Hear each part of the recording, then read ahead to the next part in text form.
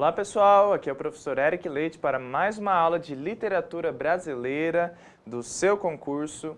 E hoje nós estamos na nossa quinta aula e hoje vamos falar sobre classicismo. A última aula nós separamos em duas, sobre o humanismo, contexto e depois principais autores e obras. E agora vamos tentar englobar tudo em uma única aula sobre o classicismo, né? Então, vamos começar, como de praxe, o contexto histórico-cultural, né? O classicismo, né, a escola literária, como ficou conhecida, ela se situa aí no que nós conhecemos como o início da Idade Moderna. Se você se lembra, nós estávamos a primeira aula, a Idade Clássica, a segunda aula falamos sobre a Idade Média, a terceira e a quarta aula sobre aquele período que era a transição da Idade Média para a Idade Moderna, as coisas estavam começando a se transformar, que é o humanismo, e agora, digamos assim, as coisas definitivamente estão transformadas, estamos na Idade Moderna, né? Que seria aí o século XVI. Tá? E por que é conhecida como a Idade Moderna, né? O sistema econômico é marcado pelo mercantilismo intercontinental, grandes navegações, colonização da América e da África, burguesia em ascensão, surgimento das cidades e das universidades. Então, o feudalismo definitivamente entra em decadência, acaba, não há mais feudo, né? Entrou em decadência na Baixa Idade Média, no humanismo já quase não existia, agora o sistema feudal entra em extinção. E agora nós passamos ao sistema mercantilista, e agora o mundo é maior em razão das grandes navegações. Então, antes das grandes navegações, o mundo era o quê? A Europa, a Ásia e parte da África. Aquilo era o mundo, né?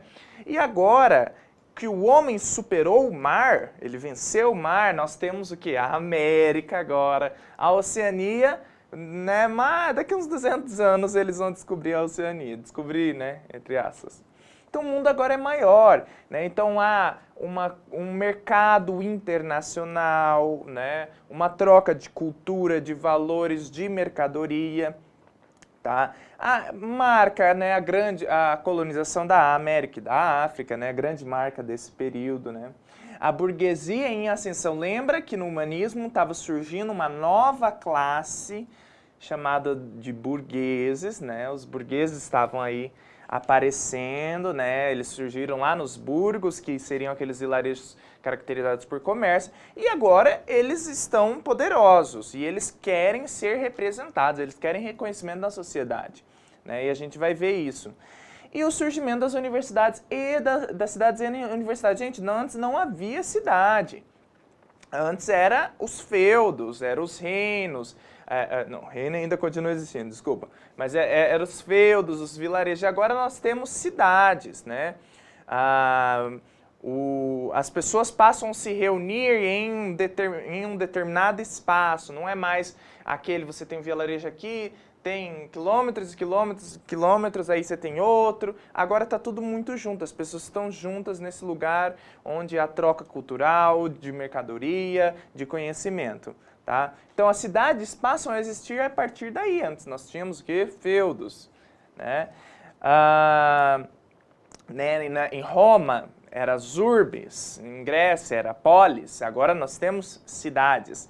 E as universidades, né? Lembra, na Idade Média, quem detinha o conhecimento? A igreja. Para você ser um letrado, você tinha que ou ser nobre, contratar um padre para te ensinar, ou você entrar para o seminário. Agora não, o conhecimento não necessita mais da igreja. Nós já vamos descobrir por quê. Porque nessa mesma época ocorreu o quê? A Reforma Protestante. Lembra que no humanismo eles estavam começando a questionar a igreja? Lembra, a igreja era soberana na Idade Média. Nada escapava aos olhos da igreja. No humanismo, com o desenvolvimento da ciência, com a visão antropocêntrica, começam a questionar a igreja. E agora, com a Reforma Protestante, a igreja sofre um golpe, sofre assim uma facada, porque passa a perder mais poder ainda. Esse é o ápice da queda metafórica, né, da igreja, né? Então a reforma protestante, iniciada por Martin Lutero em 1517, foi quando ele prega as 95 teses, né? Você já deve saber, lá em 2017 comemorou 500 anos de reforma protestante. Diminuiu ainda mais o poder da Igreja Católica em todas as áreas. Então a igreja ainda existe, ainda é forte, ainda é influente, mas agora ela não é soberana como na Idade Média, certo? Existe um mundo além da igreja, uma visão além das portas da igreja, tá? E esse período fica conhecido nas artes, na ciência, na filosofia, como Renascimento. Por que Renascimento? Retomada dos modelos estéticos da filosofia da antiguidade greco-romana, o que dá nome ao classicismo. Retomada da literatura dramática, épica e lírica. Então, gente, o que é o Renascimento? Retomar os modelos greco-romanos. Então, é interessante que a maior parte da produção dessa época, as pessoas pensam que é da Grécia, que é de Roma, mas não é. É do classicismo.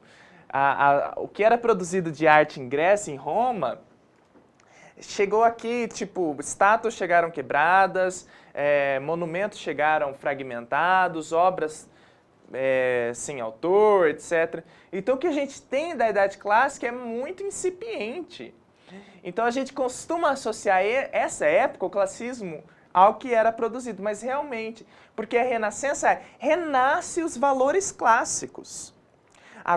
Os artistas querem produzir como os artistas greco-romanos, né, de Grécia e Roma, que é a antiguidade clássica. Então você vai ver o tempo todo isso que está aqui, ó, nessa obra que eu trouxe aqui do Rafael Sanzio. Isso mesmo, é o Rafael das Tartarugas Ninjas. Lembra que as Tartarugas Ninjas são baseadas em 4 artistas renascentistas, né, que são dessa época da Renascença. Vai ter sempre esta referência à cultura grega, à cultura greco-latina. Vai ter mitologia, vai ter arquitetura greco-latina, porque a arte, nessa época, foi retomada esses princípios clássicos, né?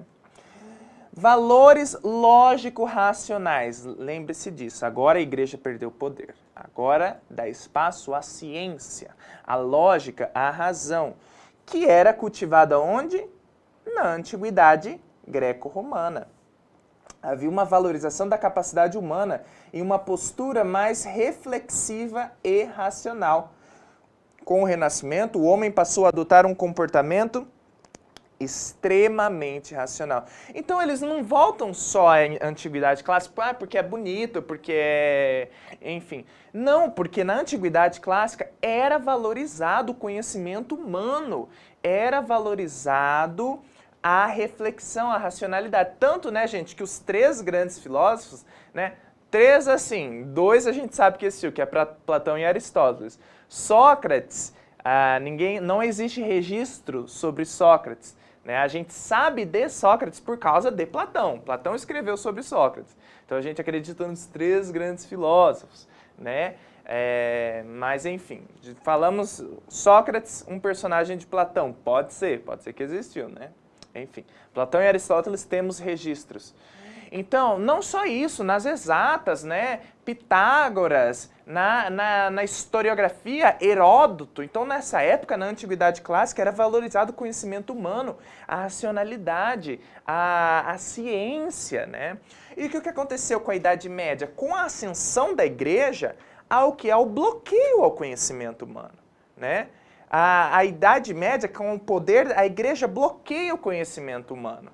Né? Galileu Galilei, na Terra, sem ter viagem espacial, descobriu que a Terra girava em torno do Sol. O que aconteceu com ele? Prenderam ele, né? Prenderam ele e fizeram ele jurar que ele estava doido, entendeu? E fizeram ele negar tudo que ele tinha falado. Então, a igreja censurava o conhecimento. Na Idade Média não havia espaço para a ciência. Só havia espaço para o conhecimento da própria igreja. Então, o conhecimento estava na igreja porque eles recolhiam tudo, né? Eles censuravam tudo e estava tudo ali nas bibliotecas da igreja. Então, com o Renascimento, não, vamos retomar o conhecimento humano. E com isso retoma os valores greco-romanos, onde a ciência era valorizada, o conhecimento ela era valorizado. Por isso, Renascimento. Então, o que Rafael quis representar aqui na escola de Atenas era esse espaço que os gregos tinham. Eles se reuniam em um lugar para debater, para debater filosofia, ciência, lógica, matemática, historiografia, né? Então é isso que ele quis representar, tudo bem? Então, esses são os grandes princípios do classicismo que você deve guardar agora, meu pupilo, né? Que foi a diminuição do poder da igreja, é claro, mercantilismo, né? Ascensão da burguesia, né? Surgimento das cidades e universidades, ok? Mas, principalmente, né? A postura reflexiva e racional que vai marcar essa época e a gente vai ver isso, ok? Então, nós retomamos não só o pensamento greco-latino, o pensamento clássico, né? Idade clássica, antes da Idade Média. Aí essa época não é clássico, é classicismo, porque retoma o valor clássico, ok? E não vai retomar só o pensamento, mas toda a arte grega. E o que era cultivado na Antiguidade Clássica? Lembra da nossa primeira aula? O quê? Drama lírico e épico, né? Então agora eles vão voltar a fazer arte como os gregos. Vai ser o teatro clássico. Lembra o drama clássico? Qual que é? Tragédia e comédia. Vai ser agora a lírica clássica. O épico vai voltar. Lembra que a gente falou que na idade clássica era épico, né? Era uma narração em forma de verso. Com a Idade Média veio o quê? As novelas, né? Com o humanismo veio as novelas, o humanismo veio a crônica historiográfica. Então o épico sumiu, deu lugar à narrativa, né? Então durante a Idade Média e o humanismo, qual que eram os três gêneros? Dramático, porque tinha teatro, né? A gente lembra dos Autos e Farsas do Gil Vicente. Lírico, que sempre existiu, e narrativo. E agora a gente vai retomar a arte grega, e aí volta o épico, que é a narração em versos, tá bom? Então, não só o pensamento clássico vai retornar, mas como a arte clássica também vai retornar. Vamos continuar aí. O mundo das ideias é a dimensão perfeita baseada na filosofia de Platão. Lembre-se disso, a gente chama de neoplatonismo. Lembra, o pensamento clássico vai retornar. Então, o Platão volta, assim, o conhecimento de Platão. Eu não sei se você sabe, mas Platão tinha uma obra chamada A República, que ele idealiza uma sociedade perfeita, que seria a República. A República de Platão. Ele idealiza a sociedade perfeita. Então, agora, com o conhecimento clássico retornando, né, agora que a igreja perdeu o poder, a gente pode ler outras coisas que não sejam a Bíblia, né? Então, aí, o que era produzido na Idade Clássica volta e eles leem Platão, né? Em Platão, ele fala dessa sociedade perfeita, ok? E os artistas tentam alcançar o que seria o mundo das ideias, né? Então, o Platão fala, no mundo das ideias, a racionalidade é tudo perfeito. O que a gente representa, né, o resultado das ideias, né, que é o quê? A arte, a arquitetura, a engenharia é representação. Ela representa o mundo das ideias. O perfeito está ali. Aqui é o imperfeito. Mas o homem ele tem que tentar chegar nessa perfeição. A perfeição só está nas ideias. Ele tem que tentar chegar nessa perfeição. Tanto que, na Idade Média, o Platão, ele teve uma tradução cristianizada, né? Lembra, a igreja censurava tudo. Então, algumas pessoas, na Idade Média, a tradução do Platão colocava como Deus. Deus com D maiúsculo, mas que seria o Deus cristão. Tipo, Deus é perfeito, né? Mas não, esse Deus que traduziram é o mundo das ideias por Platão. Platão nem era cristão, gente. Nem tinha cristianismo no Platão. Como que pode ser Deus, né? Mas é porque, lembra a igreja, Idade Média? Então, por isso, né? Então, quando você for ler o Platão, depois do seu concurso, quando tiver Deus lá, saiba que é o mundo das ideias, tá bom? Foi uma coisa da tradução ali da Idade Média que aconteceu. Então, impera o quê? O equilíbrio, resultando em obras harmônicas, bem planejadas, a busca pela perfeição torna-se um ideal. Ou seja, influenciados pelo neoplatonismo, o retorno das ideias do Platão, há essa busca pela perfeição, há essa busca pela harmonia, pelo equilíbrio, e você vai perceber isso tanto nas artes plásticas como na literatura. Lembra que eu te disse lá na primeira aula, sou professor de arte também, porque eu falo de arte literária, então eu sempre associo aí a literatura com a arte. Olha como que era a arte na Idade Média. Nós temos aqui, ó, a Madonna e o Menino, do Duccio de Boniesca, né? 1200, plena Idade Média aqui, ó. Alta Idade Média, né? Olha como que era a obra de arte, né? E olha como que é a obra do Filippo Lippi, Madonna com o Menino, que é digamos assim, ele tentou fazer a mesma coisa. Aliás, essa estrutura aqui da mãe com o filho, né, vem desde o Egito Antigo, tá, gente? Então você acha que é só Maria com Jesus? Não, desde o Antigo Egito já há representações de uma deusa com o seu filho aqui do lado. Então ele tentou fazer a mesma coisa. Olha a diferença.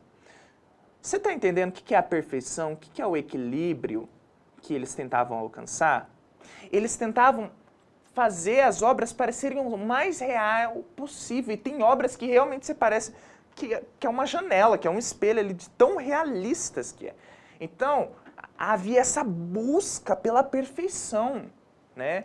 Você está vendo, ó, essa técnica aqui, eles chamavam de técnica de perspectiva, né? Que tem profundidade, parece que realmente é uma janela, que você consegue ver assim como se fosse um 3D, né? Não tem profundidade nessa obra aqui da Idade Média. Agora, ali na Idade Clássica, aplicava essa técnica, né? Olha só, as linhas, elas culminam como se tivesse fundo mesmo, como se você pudesse entrar. Isso é a perspectiva. Tá vendo o que é a perfeição, a harmonia? Isso que eles tentavam alcançar. E é claro, gente, nesta época, a classe artística se expande, né? Lembra de quem que eram os artistas na Idade Média? Os nobres, né? Os trovadores eram nobres. Por quê? Você só conseguia ser letrado se você fosse nobre, né? E agora, a classe artística passa a aumentar, né? Ah, professor, o pobre vira artista? Ainda não, tá, gente? Mas a classe artística não são mais só os nobres, porque agora nós temos quem? Os burgueses. Então, os burgueses querem ser representados, né? Então, agora, filhos de burgueses também podem ser artistas, não só pessoas da nobreza, da realeza, né? E pequenos comerciantes também, né? Então, o comerciante, ele conseguiu alguma ascensão social, não é o pobre, tá, gente? Não existe mais camponês, né? Porque agora o sistema feudal foi superado, né? Agora as cidades. Mas, assim, agora aumentou, não é mais nobreza, agora tem a classe média, agora também tem seus artistas. E os mecenas são uma figura importante para essa época. Por quê? Quem são os mecenas? Os novos ricos. Quem? São essas pessoas que conseguiram ascender socialmente, né? Ou, na Idade Média, ou você nascia rico ou você estava lascado. Era bem assim na Idade Média. Só existia duas classes, nobre e camponês. Agora não. Agora você tem o pobre, né, que seria, nossa, o civil, né, pobre, palavra muito feia, o civil ali, a pessoa regular, o proletário, mas essa noção de proletário só vai surgir daqui para frente, tá, gente? E aí você tem o quê? Os burgueses, e aí você tem os nobres, porque ainda existia reis, ainda existia nobreza, realeza, né, gente? Os franceses só vão decapitar todo mundo mais pra frente, tá? Mas ainda existia a realeza. E agora, quem são os mecenas? Essas pessoas que conseguiram uma ascensão social, né? Eles financiavam os artistas, né? Então tinha o menino talentoso ali, eles financiavam, investiam. Agora você tem universidade, você tem onde estudar, né? Eles financiavam por quê? Eles queriam ser representados. Antes, só os reis tinham representação. Os teatros aconteciam no Palácio Real. As pinturas, só rei tinha pintura, né?